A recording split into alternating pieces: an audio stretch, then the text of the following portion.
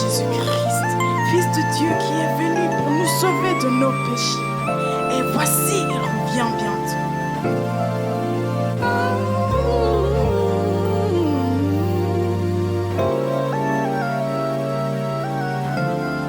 Voici, il vient au son de la trompette, chevauchant les nuées, brillant comme le soleil, élève la voix, c'est le jubilé, car dimanche sur ton Seigneur vient.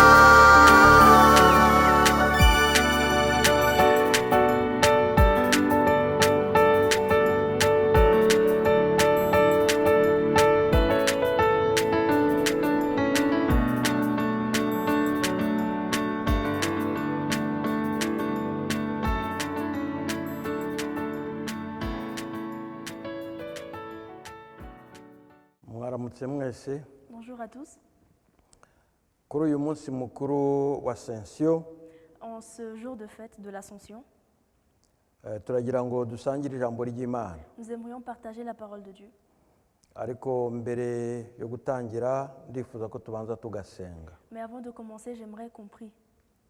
Mana ishobora byose, Éternel Dieu Tout-Puissant, turagushimiye cyane, tuguhaye ikuzo, nous te remercions, nous te rendons gloire. tugushyize hejuru kuko uri umwami wacu, Nous t'élevons parce que tu es notre roi. tugushyize hejuru kuko uri Imana ikomeye, Nous t'élevons parce que tu es un Dieu puissant. tugushyize hejuru kuko uri umuremyi wacu, Nous t'élevons parce que tu es notre créateur. kandi tugushyize hejuru kuko uri umwungeri mwiza. Et nous t'élevons parce que tu es un bon rédempteur. Tugushimiye ko watwohereje Yesu umwana wawe w'ikinege, Nous te remercions parce que tu as envoyé ton Fils unique Jésus, akemera kwambara umubiri w'umwana w'umuntu qui a accepté de se revêtir de chair kugira ngo ashobore kuducungura. pour qu'il puisse nous racheter. Turagushimira Yesu ko uwo murimo wawukoze neza, Nous te remercions Jésus parce que tu as bien fait cette œuvre. kandi uwurangije wasubiye mu ijuru kwa data. Et après l'avoir faite, tu es retourné au ciel près Uburi du Père. buryo bw'Imana data uradusabira. Et tu es à la droite du Père et tu intercèdes pour nous. Turagushimiye kubw'ibyo Mana. Nous te remercions pour tout cela, Seigneur. Ubu tugiye kumva ijambo ryawe, Nous allons écouter ta parole. turagusabye kugira ngo ufashe buri wese uryumva, Nous te demandons que tu puisses aider toute personne qui va l'écouter, kugira ngo mwami rishobore gukomeza kutubera umugisha, pour qu'elle puisse continuer à être une bénédiction pour nous, kandi rikomeze kutubera urumuri rumurikira ibirenge byacu. pour qu'elle continue à être une lumière qui éclaire nos pas. Ndagushimye Mana ko ijambo ryawe Je te ushaka ko riturema bundi bushya, Je te remercie parce que tu veux que ta parole crée en nous des cœurs nouveaux. kandi mwami turagushimiye ko ushaka kutweza n'ijambo ryawe. Et je te remercie parce que tu veux nous sanctifier avec ta parole. Mu izina rya Yesu Kristo mbisabye, Au nom de Jésus, j'ai demandé. amen. Amen. Ndagira ngo dusome mu butumwa bwiza uko bwanditswe na Mariko, J'aimerais qu'on lise dans ibice l'Évangile 16, de Marc, le chapitre 6, 16, le chapitre 16, guhera ku murongo wa 12 turarangiza icyo gice. à partir du verset 12. Nous allons finir ce chapitre. Hanyuma y'ibyo Yesu abonekera babiri muri bo afite indi shusho, bagenda bajya imusozi, nabo basubirayo babibwira ba bandi, nyamara ntibabemerera nabo. Ubwo nyuma abonekera abigishwa be 11 bicaye bafungura, abagaya kubwo kutizera kwabo no kunangirwa kw'imitima kwabo, kuko batemereye abamubonye amaze kuzuka. Arababwira ati, mujye mu bihugu byose mwigishe abaremwe bose ubutumwa bwiza. Uwizera akabatizwa azakizwa, ariko utizera azacirwaho iteka. Kandi ibimenyetso bizagumana n'abizera ngibi: bazirukana abadayimoni mu izina ryanjye, bazavuga indimi nshya, bazafata inzoka, kandi nibanywa ikintu cyica ntacyo kizabatwara na hato. Bazarambika ibiganza ku barwayi bakire. nuko umwami yesu amaze kuvugana nabo ajyanwa mu ijuru yicara iburyo bw'Imana. Amen. Après cela, il apparut sous une autre forme à 2 d'entre eux qui étaient en chemin pour aller à la campagne. Ils revinrent l'annoncer aux autres qui ne les crurent pas non plus. Enfin, il apparut aux 11 pendant qu'ils étaient à table et il leur reprocha leur incrédulité et la dureté de leur cœur parce qu'ils n'avaient pas cru ceux qu'il avait vus ressusciter. Puis il leur dit, « Allez par tout le monde et prêchez la bonne nouvelle à toute la création. Celui qui croira et qui sera baptisé sera sauvé, mais celui qui ne croira pas sera condamné. Voici les miracles qui accompagneront ceux qui auront cru. En mon nom, ils chasseront les démons, ils parleront de nouvelles langues, ils saisiront des serpents, s'ils boivent quelques breuvages mortels, il ne leur fera point de mal. Ils imposeront les mains aux malades et les malades seront guéris. Le Seigneur, après leur avoir parlé, fut enlevé au ciel et il s'assit à la droite de Dieu. Amen. Twongereho Luka ibice 24. Nous allons lire dans Luc 24, duhereye ku murongo wa 44 à partir du verset 44 tugeze ku murongo wa 51. jusqu'au verset 51. Maze arababwira ati, aya ni amagambo nababwiraga nkiri kumwe namwe, yuko ibyanditswe kuri jye byose mu mategeko ya Mose no mu byahanuwe no muri Zaburi bikwiriye gusohora. Maze abungura ubwenge ngo basobanukirwe n'ibyanditswe. Ati, niko byanditswe ko Kristo akwiriye kubabazwa no kuzuka ku munsi wa gatatu, kandi ko kwihana no kubabarirwa ibyaha bikwiriye kubwirwa amahanga yose mu izina rye, bahereye kuri Yerusalemu. Nimwe bagabo b'ibyo, kandi dore ngiye kuboherereza ibyo Data yasezeranye, ariko mugume mu murwa kugeza ubwo muzambikwa imbaraga zivuye mu ijuru. Abajyana hanze, abageza i Betaniya, arambura amaboko hejuru, abaha umugisha. Akibaha umugisha, atandukanywa nabo, ajyanwa mu ijuru. Amen. Puis il leur dit, « C'est là ce que je vous disais lorsque j'étais encore avec vous, qu'il fallait que s'accomplisse tout ce qui est écrit de moi dans la loi de Moïse, dans les prophètes et dans les psaumes. » Alors il leur ouvrit l'esprit afin qu'ils comprissent les Écritures. Et il leur dit, « Ainsi il est écrit que le Christ souffrirait et qu'il ressusciterait des morts le 3e jour, et que la repentance et le pardon des péchés seraient prêchés en son nom à toutes les nations, à commencer par Jérusalem. Vous êtes témoins de ces choses. Et voici, j'enverrai sur vous ce que mon Père a promis, mais vous restez dans la ville jusqu'à ce que vous soyez revêtus de la puissance d'en haut. » Il les conduisit jusque vers Béthanie, et ayant levé les mains, il les bénit. Pendant qu'il les bénissait, il se sépara d'eux et fut enlevé au ciel. Amen. Ascension ni ijambo abanyarwanda tutaye tubona ijambo rimwe risobanura. Le mot ascension, on n'arrive pas à trouver l'équivalent en Kinyarwanda.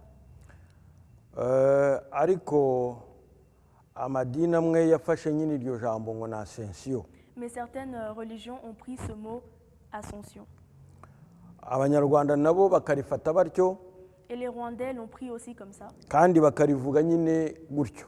Et c'est comme ça qu'ils le disent. Ariko Bibiliya yo itubwira ko ari ukuzamurwa kwa Yesu asubira mu ijuru. Mais la Bible parle du fait que c'est le fait que Jésus est enlevé au ciel. Ascension ni umwe mu minsi mikuru ine ya gikirisitu yemerwa n'abaprotestanti bose. L'Ascension, c'est une fête qui est acceptée par tous les chrétiens protestants. Ascension ni umwe mu minsi mikuru ine yemerwa n'abaprotestanti bose. L'Ascension, c'est l'une des 4 fêtes que les protestants acceptent. Ariyo Noheli itwibutsa kuvuka k'umwami wacu Yesu Kristo. Il y a la fête de Noël où nous commémorons la naissance de notre Seigneur Jésus-Christ. Hari Pasika itwibutsa gupfa no kuzuka k'umwami wacu Yesu Kristo. Il y a la Pâque qui nous rappelle la mort et la résurrection de Jésus-Christ. Hari Ascension itwibutsa kujyanwa mu ijuru kwa Yesu, Il y a l'ascension qui nous rappelle le fait que Jésus a été enlevé au ciel. hari na Pentekote itwibutsa ko nyuma y'iminsi 10 Yesu asubiye mu ijuru yohereje umwuka wera noneho amanukira abigishwa. Et il y a la Pentecôte qui nous rappelle que 10 jours après que Jésus fut enlevé, il y a eu le Saint-Esprit est descendu sur les disciples. Umunsi wa none rero turizihiza umunsi wa Ascension cyangwa umunsi wo kuzamurwa kwa Yesu Kristo. Et aujourd'hui, nous parlons de l'ascension, le fait que Jésus ait été enlevé au ciel. Yesu amaze kuzuka yagumye yiyereka abigishwa be iminsi 40 yose. Après que Jésus soit ressuscité, il s'est montré à ses disciples pendant 40 jours. Uyu rero wari umunsi wa 40.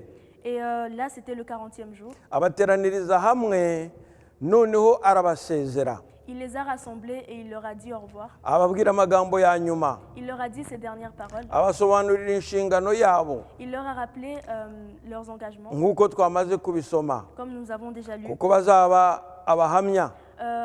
Il disait qu'ils seraient des témoins Kandi bakazigisha ubutumwa bwiza amahanga yose. et qu'ils enseigneraient à toutes les nations l'évangile, Bahereye i Yerusalemu. en commençant par Jérusalem.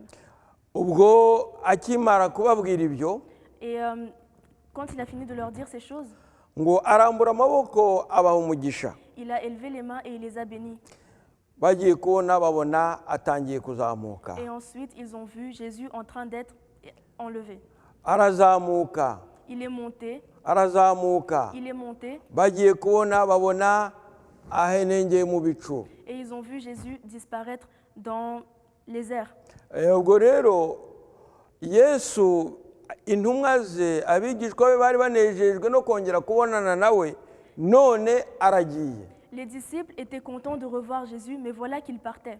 Ubwo rero bakomeje guhanga amaso mu bicu, Alors ils ont continué à regarder vers le ciel, batazi ikibaye. en ne comprenant pas ce qui arrivait. Ariko nyamara yari yamaze kubibabwira. Mais Jésus leur en avait déjà parlé. Ndetse na mbere yari yababwiye ati erega ibyaba byiza nuko nagenda. Mais même avant, il leur avait dit, il est bon que je parte. Ati kuko nintagenda ntabwo nzabohereza undi mufasha. Parce que si je ne pars pas, je ne pourrai pas vous envoyer une autre Ariko aide. ningenda nzabohereza undi mufasha wo kubana namwe ibihe byose. Mais si je pars, je pourrai vous envoyer une aide qui sera avec vous jusqu'à la fin. Yaravuze ati ibyiza nuko nagenda. Donc ce qui serait bon, c'est que je parte. Kuko Yesu igihe yari yambaye umubiri ntabwo yashoboraga kubera hose icyarimwe. Parce que Jésus, dans sa chair, ne pouvait pas être partout en même temps. Ariko Yesu amaze kugenda umwuka wera wo ntabwo ufite ikiwutangira aba hose.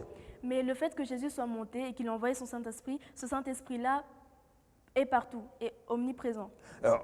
Ubwo rero nibyo byari kubagira umumaro kurushaho. Et c'est ça qui aurait été plus utile pour Ariko les icyo gihe disciples. ntabwo babyumvaga. Mais à ce moment-là, ils ne le comprenaient pas Kuko bari bagiye batandukanijwe n'umwami wabo. parce qu'ils étaient séparés de leur maître. Bari batandukanijwe n'uwo bakundaga. Ils étaient séparés de celui qu'ils aimaient. Kuzamurwa kwa Yesu rero ndagira ngo tukuvugeho ibintu bine. J'aimerais qu'on parle de 4 choses concernant l'ascension de Jésus. Nubwo hariho ibindi byinshi cyane. Même s'il y a beaucoup d'autres choses.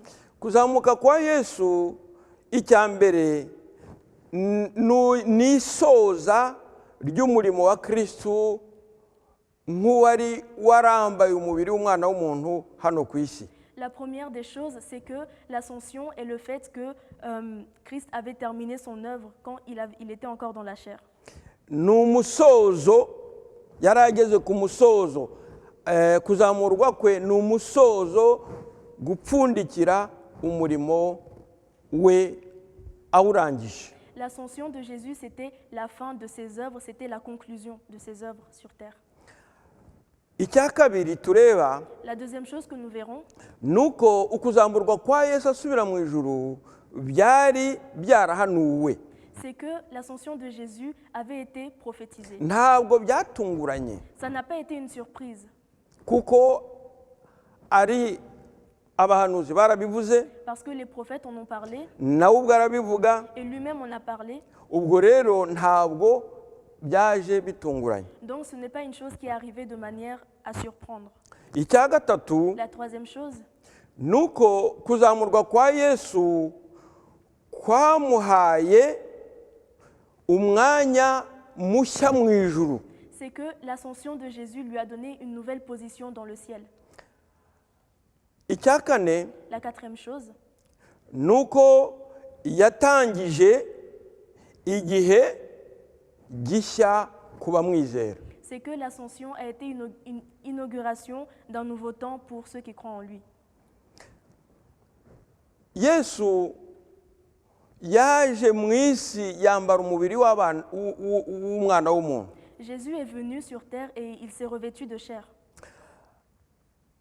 Icyo gikorwa Cette œuvre, kwari ukugira ngo azashobore gucungura abanyamubiri nkatwe. c'était pour pouvoir racheter des hommes de chair comme nous. Ubwo rero yihinduye umuntu ubwo yazaga akavuka hano mu isi aje gutangira uwo murimo wo gucungura umwana w'umuntu. Donc il s'est incarné en homme lorsqu'il venait commencer cette œuvre de racheter l'homme. Noneho rero yacunguye umuntu ari Imana ariko afite n'umubiri w'umwana w'umuntu. Donc il a racheté l'homme en étant Dieu mais en ayant aussi le corps des hommes. Noneho rero asubira mu ijuru kwa data ari Imana, noneho atacyambaye umubiri. Et ensuite il est allé au ciel vers le Père en étant Dieu pleinement. Yesu Kristo nubwo yazamutse akajya mu ijuru, Même si Jésus-Christ est monté vers le ciel tukaba tutakimubona n'amaso, et que nous ne le voyons plus avec nos yeux, ariko ntibivuga ko yahagaritse imirimo ye yo gufasha abantu. cela ne veut pas dire qu'il a cessé de faire cette œuvre d'aider les gens. Oya, ahubwo aracyari kumwe natwe. Non, il est encore avec nous.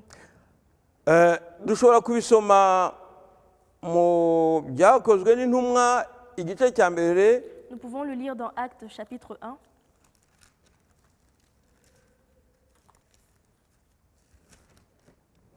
umurongo wa mbere n'uwa kabiri. Le premier et le deuxième verset.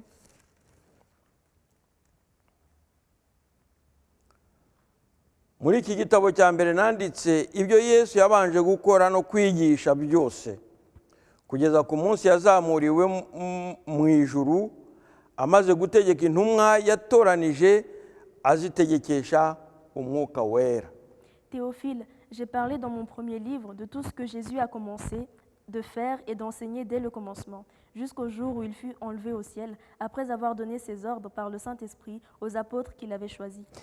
Yesu rero ajya mu ijuru yasize atanze amabwiriza. Jésus, en allant au ciel, il a donné des préceptes. Avant d'y aller, il a donné des préceptes. Kandi agumana n'abigishwa be mu buryo bw'umwuka wera yaboherereje. Et il est resté avec ses disciples par le Saint-Esprit qu'il leur a envoyé. Imirimo ye rero yakomeje gukorwa, Imana ishimwe cyane. Donc ces œuvres ont continué d'être faites. Dieu soit Ntabwo loué. yabasize gusa, Il ne les a pas juste laissés, ahubwo yaboherereje umwuka wera abari usigarana nabo mu mwanya we. mais il leur a envoyé le Saint-Esprit qui est resté avec eux à sa place. Ntibyagombaga kubatangaza rero kuko icyo gikorwa cyari cyarahanuwe. Ça ne devait donc pas les surprendre parce que cette œuvre avait déjà été annoncée. Ibyanditswe kuva mu isezerano rya kera ibyavugaga uko Kristo yihinduye umuntu kugira ngo aducungure, byanagaragazaga ukuzamuka kwe asubira mu ijuru. Dans les Écritures de l'Ancien Testament, on parlait du fait que Jésus-Christ se ferait chair, mais on a aussi parlé du fait qu'il serait élevé vers le ciel. Iyo dusomye muri Zaburi y'ijana na cumi umurongo wa mbere, Quand on lit dans Psaume 110, verset 1, tubona uburyo ibyanditswe byavugaga ko azaza ariko akazasubira mu ijuru, akazamuka agasubira mu ijuru. on peut voir qu'il a été écrit qu'il allait venir sur terre, mais aussi qu'il allait être élevé vers le ciel. Zaburi ijana na cumi umurongo wa mbere, Psaume 110, verset 1er. Uwiteka yabwiye umwami wanjye ati, icara iburyo bwanjye ugeze aho nzashyirira abanzi bawe munsi y'ibirenge byawe. Parole de l'Éternel à mon Seigneur, assieds-toi à ma droite jusqu'à ce que je fasse de tes ennemis ton marchepied. nanone iyo dusomye muri zaburi ya 68 Et si nous lisons encore dans le psaume 68, umurongo wa 19, au verset 19,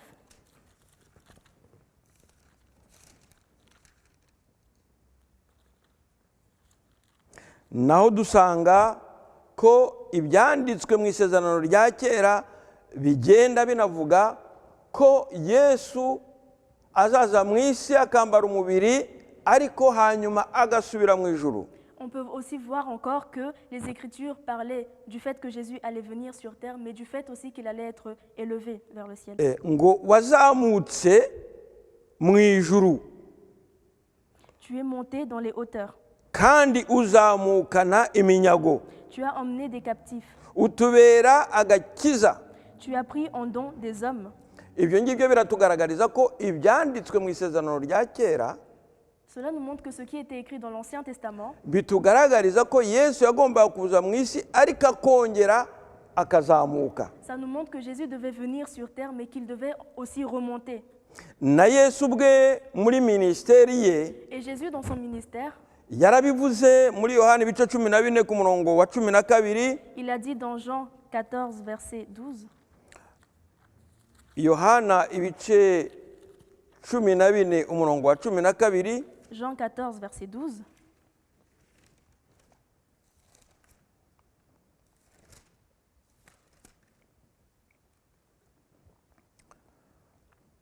aho agira ati il dit,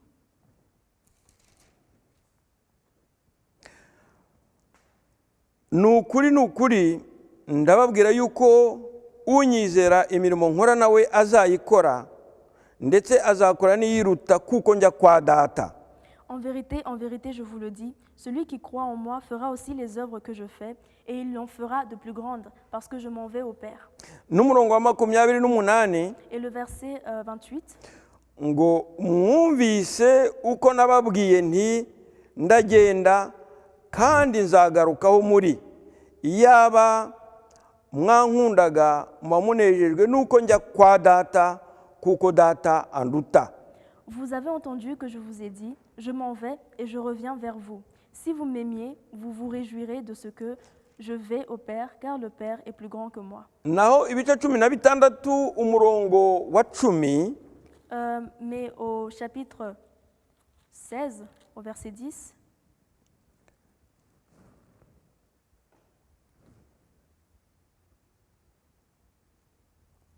n'umurongo wa 7, pardon, chapitre 7, no umurongo pardon, le verset 7, désolé.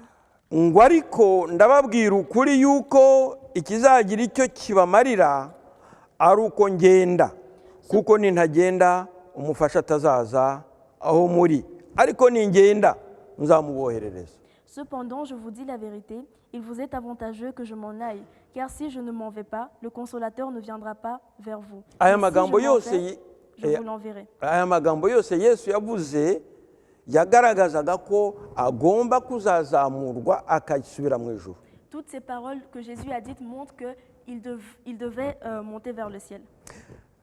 Yesu rero kujya mu ijuru Donc l'ascension de Jésus, yafashe umwanya mushya mu ijuru. Jésus, en allant au ciel, il a pris une nouvelle position dans le ciel.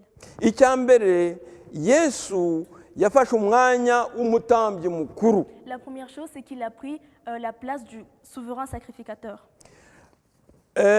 Nk'uko umutambyi mukuru mu isezerano rya kera Comme dans l'Ancien Testament, lorsqu'on parlait de souverain sacrificateur, yinjiraga ahera cyane rimwe mu mwaka ajyanye amaraso y'ibitambo by'inyamaswa. on disait que le souverain sacrificateur entrait dans le lieu très saint une fois par an avec le sang des agneaux, kugira ngo atambirire ibyaha by'ubwoko bw'Imana. pour qu'il puisse faire le sacrifice du peuple de Dieu. Ariko nawe yagombaga kubanza kwitambirira. Mais lui aussi devait offrir un sacrifice pour lui-même.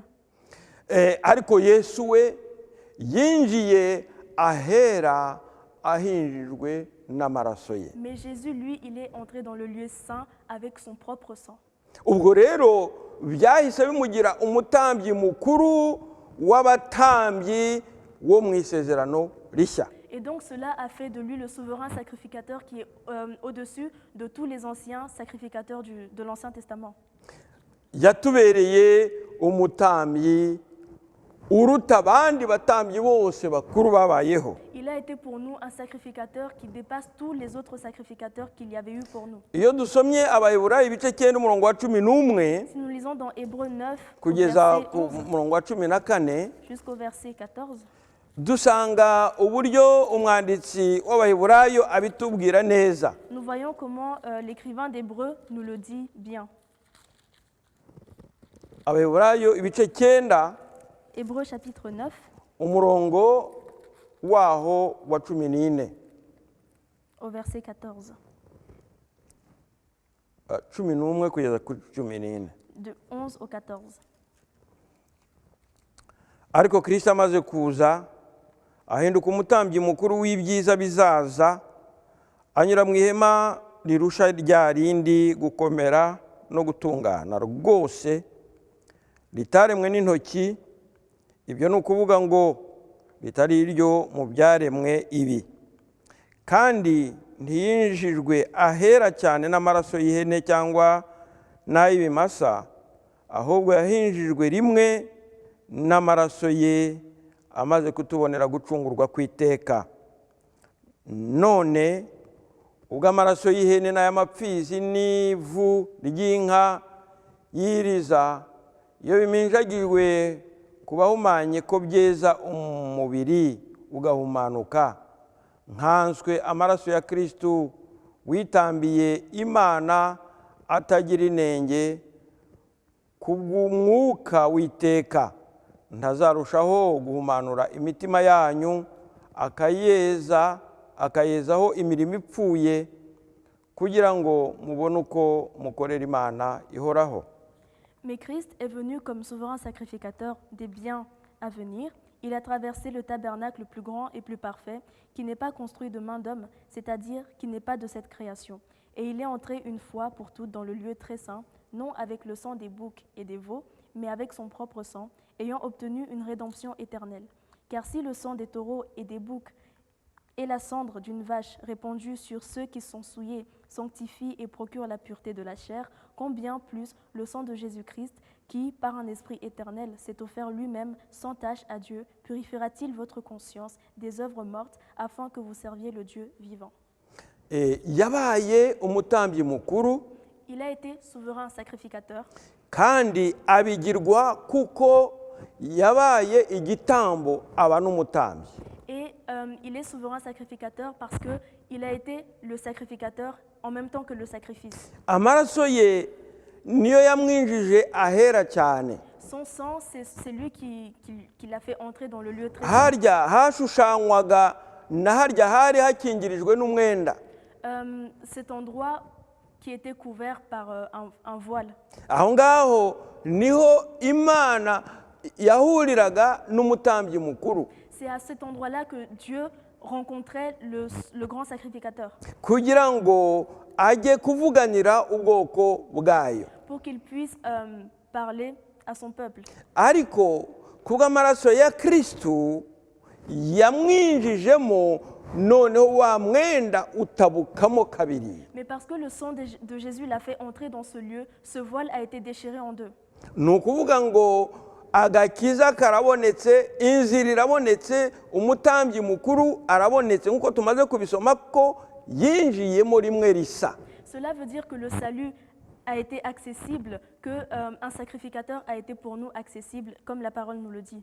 Inzira irabonetse, noneho buri wese ashobora kwisengera, ashobora kwishyikirira Imana atagombye kunyura ku wundi wese, kuko Kristo yaduciriye inzira. Un chemin est enfin accessible et toute personne peut prier, toute personne peut se présenter devant Dieu sans pour autant passer par des sacrificateurs grâce à Jésus. Ubwo rero ahahera cyane ho mu isi hashushanyaga ahera cyane ho mu ijuru. Et ce lieu très saint qui était sur la terre symbolisait le lieu très saint qui est au ciel. iruhande rw'Imana, à la droite de Dieu, aho Imana iba. là où Dieu est. Kristo rero asubiye mu ijuru yagiye kwicara iburyo bw'Imana, Donc lorsque Christ retournait au ciel, il est allé s'asseoir à la droite de Dieu. kuba umutambyi mukuru.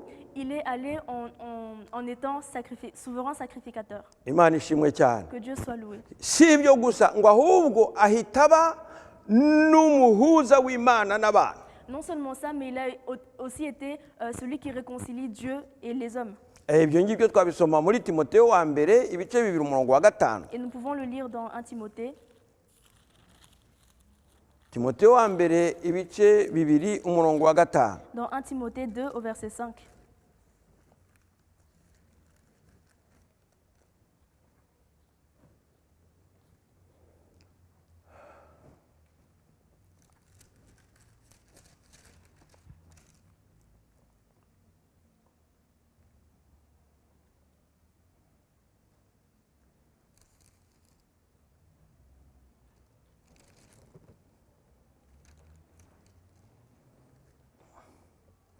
Kuko hariho Imana imwe kandi hariho umuhuza umwe w'Imana n'abantu, nawe ni umuntu ari we Yesu Kristo. Imana ishimwe. Car il y a un seul Dieu et aussi un seul médiateur entre Dieu et les hommes, Jésus-Christ, homme. Yahise aba umuhuza w'Imana n'abantu. Il a directement été le médiateur entre Dieu et les hommes. Aho ngaho tumaze kubona umwanya Yesu arimo cyangwa se yagiyemo amaze kuzamurwa mu ijuru. Ahambere nuko yabaye umutambyi mukuru. Donc là, nous venons de voir la position que Christ a pris lorsqu'il a été élevé vers le ciel. Et donc la première chose que nous venons de voir, c'est que Christ a été souverain sacrificateur et souverain sacrificateur. Yicara ahera cyane mu ijuru hafi y'Imana. Il s'est assis dans le lieu très saint, au ciel, près de Dieu. Aho ngaho rero aratambira abera. Et là, il intercède pour les saints. Imana ishimwe cyane. Que Dieu soit loué. Dufite umutambyi uhora dutambira. Nous avons un sacrificateur qui offre pour nous constamment des sacrifices. Icya kabiri kuri icyo ngicyo, La deuxième chose, Yesu Kristo yafashe umwanya w'umwami. c'est que Jésus-Christ a pris une position de roi.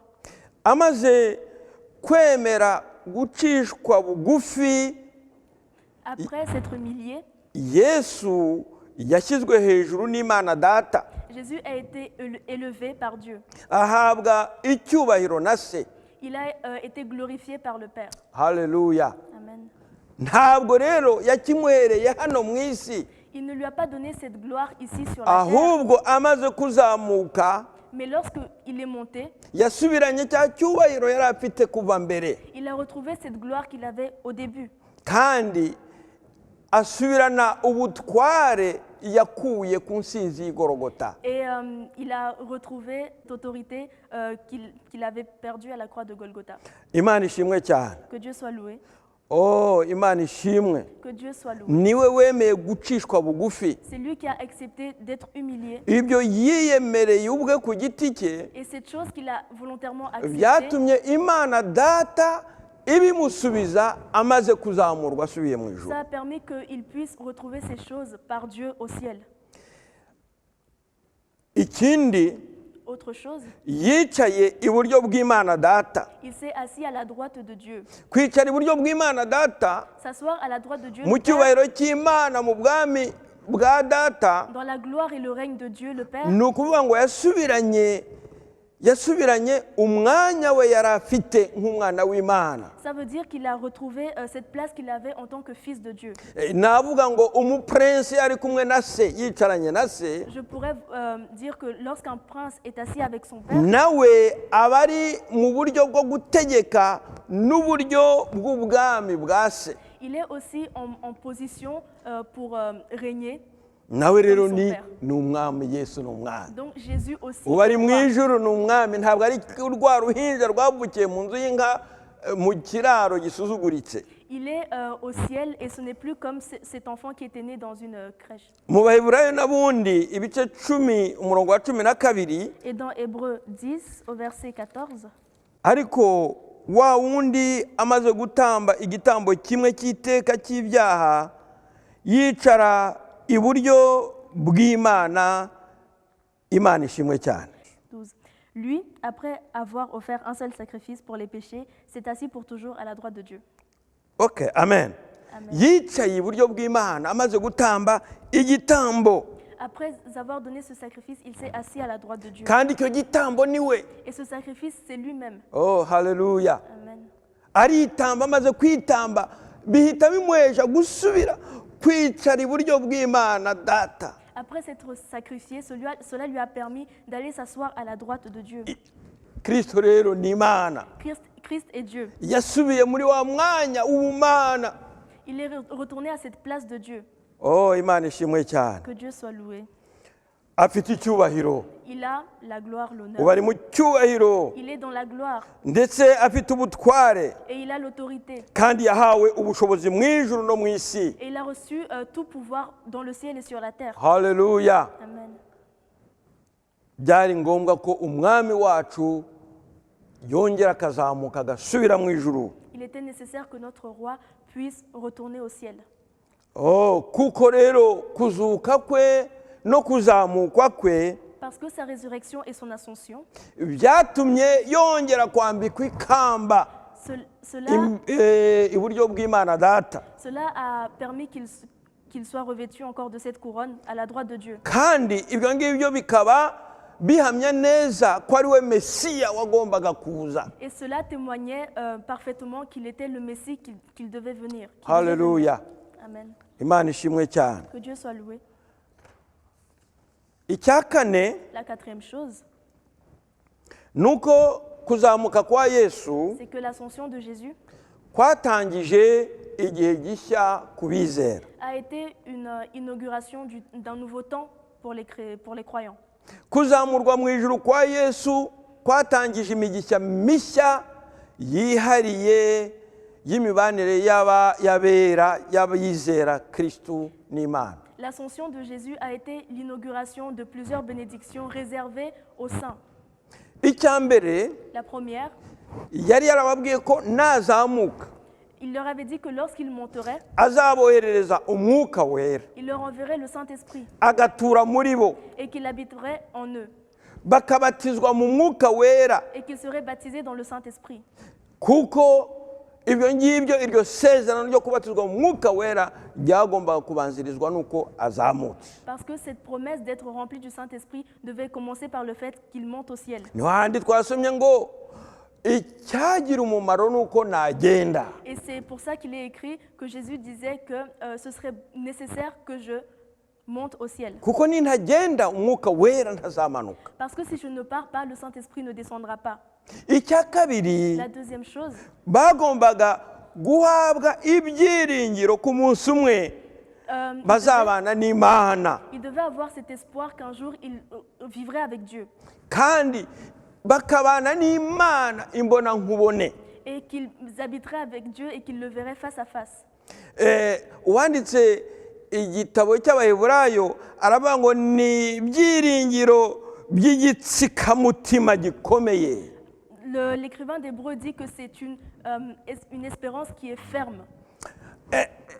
Ibyo byiringiro Yesu kuzamuka kwe kujya kwicara iburyo bw'Imana kwatumye abera bose bagira ibyo byiringiro ku munsi umwe tuzabana nawe imbona nkubone. Imana ishimwe cyane. Donc l'ascension de Jésus a permis que les croyants puissent avoir une forte espérance qu'ils verraient Dieu et qu'ils le verraient face à face, qu'ils habiteraient avec lui. Ibyo ngibyo wabisanga muri Yohana ibice 14 umurongo wa 2 n'uwa 3. Et ça, on peut le voir dans Jean 14, versets 2 et 3. Iryo ni ijambo abantu twese tuzi, C'est une parole que nous connaissons tous. aho Yesu yavuga ati mwizere Imana nanjye munyizere, ntimuhagarike imitima, mwizere Imana nanjye munyizere.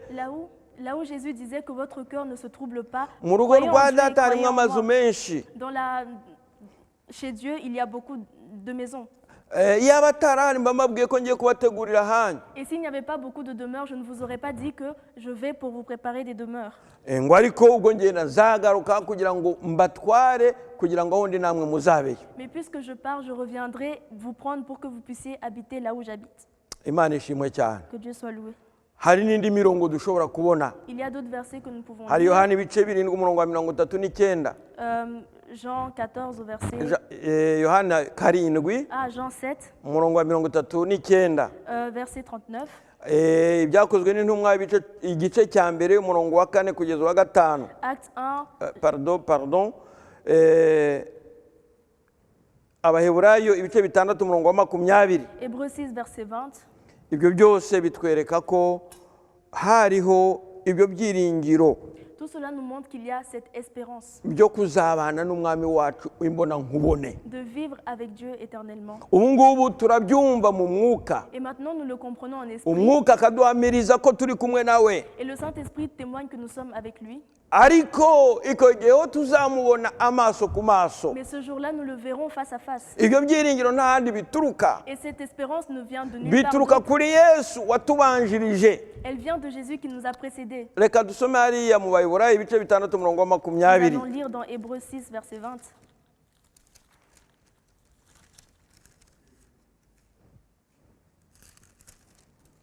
Abaheburayo ibice 6 umurongo wa 20. Hébreux 6, verset 20. Duhere ku murongo wa 19. On va commencer par le verset 19. Ngo ibyo byiringiro tubifite nk'igitsikamutima gikomeye kandi gishikamye kinjira hirya y'umwenda ukingiriza hera cyane, aho Yesu yatwinjiriye atubanjirije amaze guhinduka umutambyi mukuru iteka ryose mu buryo bwa Melikisedeki. Cette espérance, nous la possédons comme une encre de l'âme, sûre et solide. Elle pénètre au-delà du voile, là où Jésus est entré pour nous comme précurseur, ayant été fait souverain sacrificateur pour toujours, selon l'ordre de Melchisédek. Aho yatwinjiriye atubanjirije. Là où il est entré pour nous comme précurseur. Ni ukuvuga rero ko ibyo ngibyo nibyo biduha ibyiringiro ko Yesu yaratubanjirije kuko niwe mfura mu kuzuka. Cela nous montre que Jésus nous a précédés parce qu'il est le premier de ceux qui sont ressuscités. Uwo nguwo Celui-là watubanjirije qui nous a précédés aduha ibyo byiringiro ko natwe umunsi umwe tuzajyayo tukabana nawe iteka n'iteka. il nous donne cette espérance qu'un jour nous partirons avec lui et nous vivrons avec lui éternellement.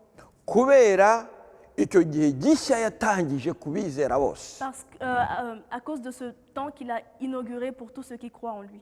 Ikindi rero Autre chose, aho ngaho atubereye umurengezi anatuburanira iyo twacumuye. il est pour nous un rédempteur, un défenseur et qui nous défend lorsque nous péchons. Muri Yohana wa mbere ibice 2 umurongo wa 2 Dans 1 Jean, dusanga ko ari umurengezi wacu, nous voyons qu'il est notre défenseur ndetse akaba n'umwavoka. et il est notre avocat. Ubwo rero aho ngaho Yesu byari ngombwa ngo azamuke, Et là, il était donc nécessaire que Jésus monte. iyo mirimo yose agende ayikorera abera. Il était nécessaire que Jésus puisse monter pour faire toutes ces choses pour les Bene saints. data ahora dusabira, Frères et sœurs, il intercède continuellement ahora pour nous. turengera. Il nous défend continuellement. Oh, Imana ishimwe Que cyane. Dieu soit loué.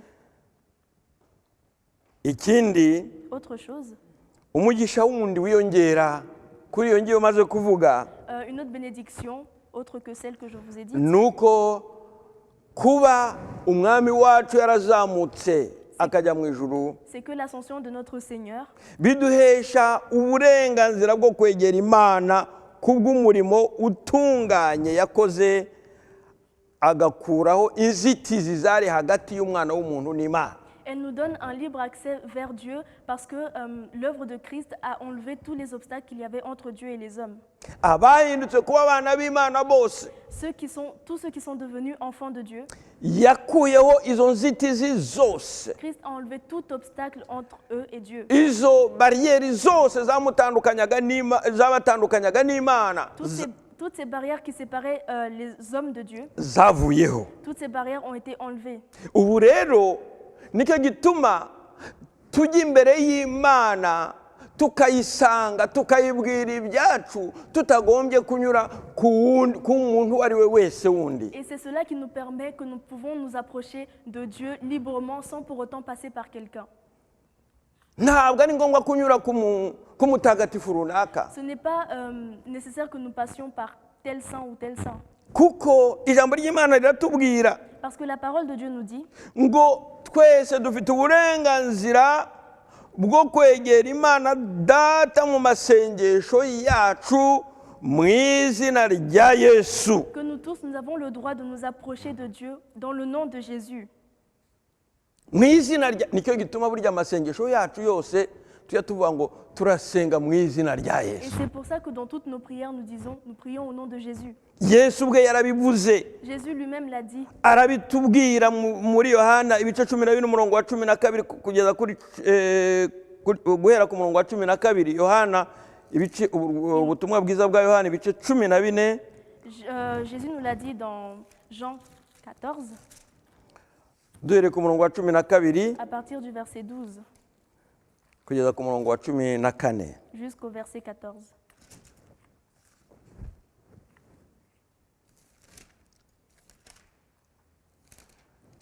Yohana 14 umurongo wa 12. Jean 14, verset 12.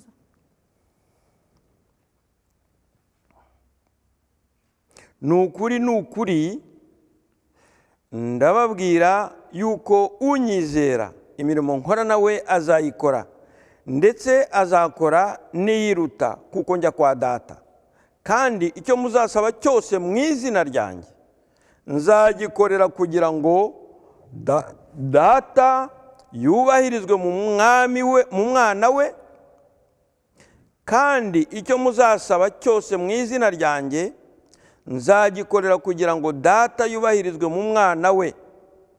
Nimugira icyo musaba cyose mu izina ryanjye nzagikora. En vérité, je vous le dis, celui qui croit en moi fera aussi les œuvres que je fais, et il en fera de plus grandes, parce que je m'en vais au Père. Et tout ce que vous demanderez en mon nom, je le ferai, afin que le Père soit glorifié dans le Fils. Si vous demandez quelque chose en mon nom, je le ferai. Icyo tuzasaba mu izina rya Yesu. Ce que nous demanderons dans le nom de Jésus. Icyo tuzasaba Data mu izina rya Yesu. Ce que nous demanderons au Père dans le nom de Jésus. Abapentekote rimwe na rimwe hari ubwo tujya dukora ikosa tukavuga ngo Mwami Yesu, Parfois, nous les pentecôtistes, ngo turagusaba ibi, nous faisons l'erreur de dire, Seigneur Jésus, nous te demandons ceci ou cela, ngo turabigusaba mu izina rya Yesu. et nous te le demandons dans le nom de Jésus. Yego Yesu aratwumva kuko ni umwami wacu. Oui, Jésus nous entend parce que c'est notre Seigneur. Ariko Yesu yaratubwiye Mais Jésus a dit, ngo icyo muzasaba Data mu izina ryanjye. Jésus nous a dit, ce que vous demanderez au Père en mon nom, Amen. Amen, Ngo nzagikora. je le ferai. Ayo ni amasezerano adakuka Et ça, ce sont des promesses immuables. kandi akwiriye kutuyobora Et ce sont des promesses. twahawe ndetse dusorezwa kuko Yesu yazamutse ubu ngubu akaba ari umwami, Ce sont des promesses qui nous ont été faites et qui se réalisent parce que Jésus est allé au ciel. kandi akaba ari we murengezi wacu, Et c'est lui notre défenseur. akaba ari imbere y'Imana Data adusabira. Et il est près de Dieu en train d'intercéder pour nous. Uwo niwo murimo, Et c'est cette œuvre. iyo ni umugisha Ça, wundi, c'est une autre bénédiction. kwizera tudashidikanya ko Yesu wicaye iburyo bw'Imana adutabara adusabira. Croire sans douter que Jésus est près de Dieu en train d'intercéder pour nous. Mu yandi magambo ni ukuvuga ngo ibyacu abyitaho. En d'autres termes, cela veut dire qu'il regarde à nos intérêts. Ibyacu byose yewe wari uzi n'ibindi se? Cela veut dire que donc tous nos intérêts. Et savais-tu que niba wibwiraga ngo ibintu byanjye birazambye byapfuye humura, quand tu penses que toutes tes choses tombent à l'eau, ne t'inquiète pas. izere gusa. Crois seulement. izera uwazutse, Crois en celui qui est izera ressuscité. uwasubiye mu ijuru, Crois en celui qui est monté vers le ciel. uriya wadusezeranije ko azagaruka kudutwara. Celui-là qui nous a promis qu'il viendrait nous chercher. Ubundi Ensuite, umutima wawe utuze, que ton cœur s'apaise. kuko yita ku byacu, Parce qu'il veille à nos intérêts. abyitaho kuruta uko twabyitaho twebwe, Il y veille plus que nous pouvons y veiller. kandi ari iburyo bw'Imana. Et il est à la droite du Père. N'amasengesho yacu ajya ayoruganiza neza, akayatunganya neza, akazamuka akagera imbere y'Imana, Il organise nos prières pour que celles-ci puissent monter vers Dieu. kuko niwe murengezi wacu, Parce que c'est lui notre défenseur. niwe avoka wacu, C'est lui notre avocat. niwe utuba hafi, C'est lui qui est près de nous. niwe udukorera C'est byose, lui qui fait tout pour nous. atwitaho, Il veille sur nous. kandi n'amasezerano Et c'est une promesse. ngo ibyo muzasaba mu izina, ibyo muzasaba data mu izina ryanjye nzabikora. Tout ce que vous demanderez au Père en mon nom, je le ferai. Imana ishimwe cyane Que Dieu soit loué. kuri uriya wazamutse. Pour celui-là qui est monté. Yasezeranye ko nagenda azohereza umwuka wera. Il a promis que lorsqu'il monterait, il nous enverrait son Saint-Esprit. Ubwo nyine nyuma y'iminsi 10 abigishwa bagombaga gutegereza ngo ntimuzave Yerusalemu. Pendant ces 10 jours, les disciples ont dû attendre. Il leur a dit, ne quittez pas Jérusalem. Ngo kuko mu minsi mike muzahabwa imbaraga z'umwuka wera, Parce que dans peu de temps, vous aurez la puissance du Saint-Esprit zizabashoboza kuba abahamya. qui va vous permettre d'être des témoins. Imana ishimwe cyane. Que Dieu soit loué. Oh, yarazamutse umwami Il est wanjye, montré notre Seigneur.